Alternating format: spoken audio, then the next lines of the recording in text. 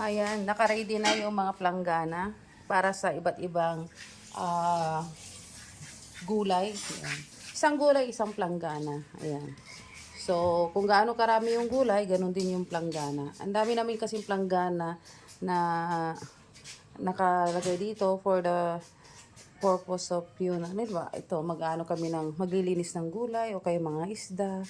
Ayan. So, marami pa kami mga kagaya din ng paglalaba. Pag naglalaba ako, ang gusto ko kasi na-sort out na yan. Yan. Ilalagay ko sa isang kwan, ibang kulay, ibang planggana. Ganon din dito. Ayan. So, unahin po natin itong ampalaya. Yan. Itong ampalaya.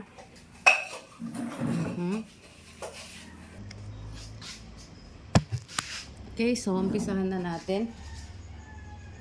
Ayan. Nang isa-isayan ko itong, tanggalin ko itong gulay. Ayan.